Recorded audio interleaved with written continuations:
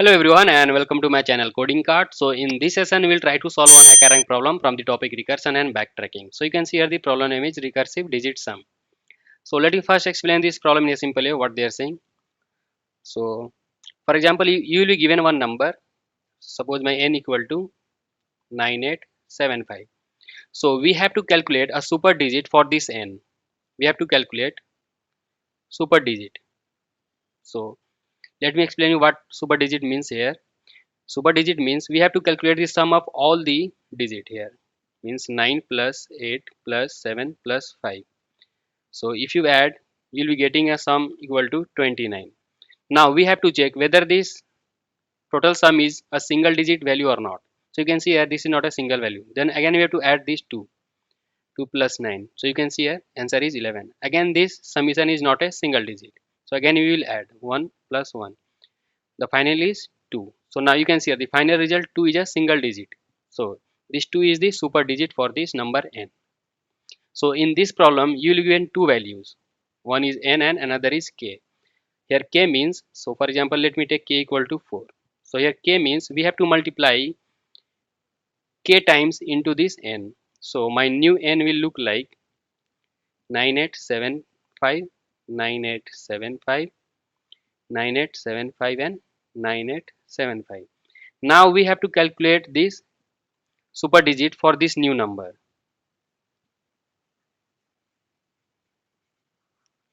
Now we have to calculate super digit for this new n after multiplying 4 times.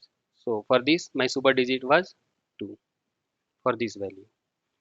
Now for this new n my super digit will be, if you add all this character, you will get a sum of 116. So you can see here this is again not a single digit value. So again you will have to add 1 plus 1 plus 6. So you will get answer of 8. So you can see here 8 is a single digit number. So we have to return this 8. We have to return this 8. So this is the problem. So you can see here. So suppose this was my example 9875. So they have calculated a super digit value which was 2.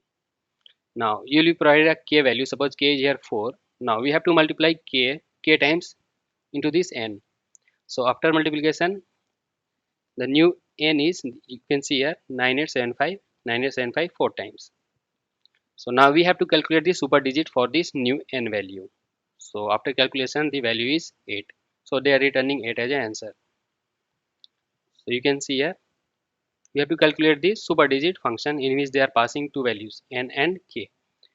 So you can see here they are passing n as a string whereas k is an integer by converting into a integer. So let us try to solve this problem. So the approach is quite simple. So if you have seen my repeated string problem, then you can get a logic like we don't need to multiply n into k to get a such huge digit number. So you can see here if my n value is, you can see here constant, if my n value is so large and k value is also large, so my n into k value will be huge. So we have to apply some trick over here, so not to get all these huge digit number. So for example let me take a simple one like 9875. Suppose 9875 is my n value and k value is suppose 4. So for this my super digit value was 2 after calculation. Now if I multiply the result, suppose this is my s, if I multiply s into 4 means s into k, so you'll be getting here, you can see here you'll be getting 2 into 4 8, which is same as after multiplying 4 times, means after calculating this huge digit. Means we have to apply a logic, means we have to first calculate the super digit for the given n, then after that we will multiply with the k and again calculate the super n. So for example suppose my number is like 143, n is 143. Here my s value will be, suppose 4 7 and 1 is 8.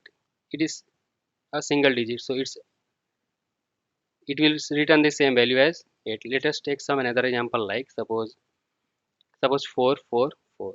So here my s will be s equal to 12. Okay, now again we have to add. Now I'll be getting answer of 3. Suppose my k value is here, suppose 12. Suppose my k value is here 12. So I'll be multiplying 3 into k, which will be 36. Now if you see here, again at 36 is not a super digit. So again we have to perform the same operation, means again we have to perform the same operation to get into a single digit. So after adding this one, this result we will be getting 9, which is a single digit. Means the logic is, we'll simply write one function which will calculate the digit, which will calculate the digit. The very first approach is we will pass n to calculate the digit, and after it returning the value, we will simply again call the same function by multiplying n into k. Means suppose it is returning s, then we have to pass s into k, again call this digit function and return the answer. So let me write the code, it will be more clear over there. Let me zoom this one. So here they are providing n and k value. So let us define one function for creating a digit sum. Let me define one function, suppose sum of the digit, which will take one value, suppose v. Now we have to check initially if my v is less than 10, means if it is a single value, then we will simply return that value. If it is less than 10, we'll simply return that v, return v. Now if it is not less than 10, then we have to calculate the sum. So for that, let us apply the sum function. Sum equal to, sum will be, suppose this is my digit, suppose 444 is my digit. Now I have to iterate through each character. So to iterate through each character, let us apply one for loop. So for I in, now you can see here they are passing n as a simply string. Now when we call this function, you can see here we are checking as a integer. Means when we will call this function, suppose I'm calling here, suppose x equal to some digit and passing the initial value my, suppose n. So now you can see here I'm passing here n.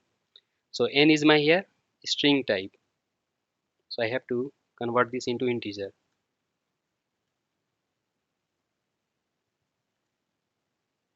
Now I'm calling this function, here my n is now integer. Now it is checking the integer value. Now for iterating in the loop, I have to again convert this into a string. So str of v. So iterate throughout each character for I in str of v. Now for each character again I will convert this into an integer and I will simply sum up. Fine. Let me save this into a x. Now we have to perform this operation till we are not getting the single digit. Means we will again call this function. Means return some digit. Means we are again calling this same function with passing the sum. If my sum is 2 digit, then again it will call this function till we are not getting the single value. Once we get the single value, it will return the value. Now the value is saved in x. Now we'll simply multiply, we'll again call this function sum digit and multiply with x into k times, and we'll simply return the sum. Whatever it is returned over here, we'll simply return as an answer, return the value. Then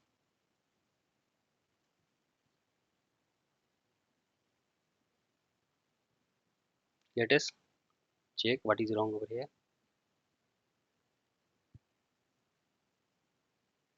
Let me run this code. We are getting indentation error over here.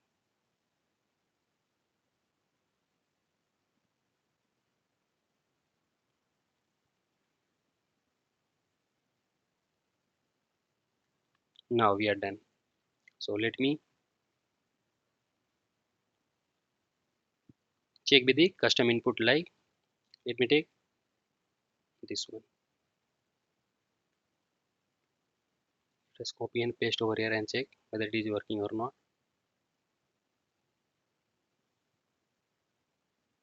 So you can see here we are getting 8 as a correct answer. 8 as a correct answer. So let me run and submit this code. So we are done with the sample test case. Let me submit this code.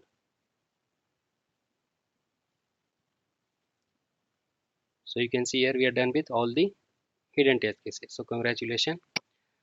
So the trick was quite simple, means we have to first calculate the super digit for the given n value. Once it is returning the single digit, we have to again multiply into k times and again call the same function. No need to multiply to get a number like this one, as they have shown in the example. So if you like this video, please do give thumbs up and subscribe to my channel and stay tuned for the next video. Thanks for watching.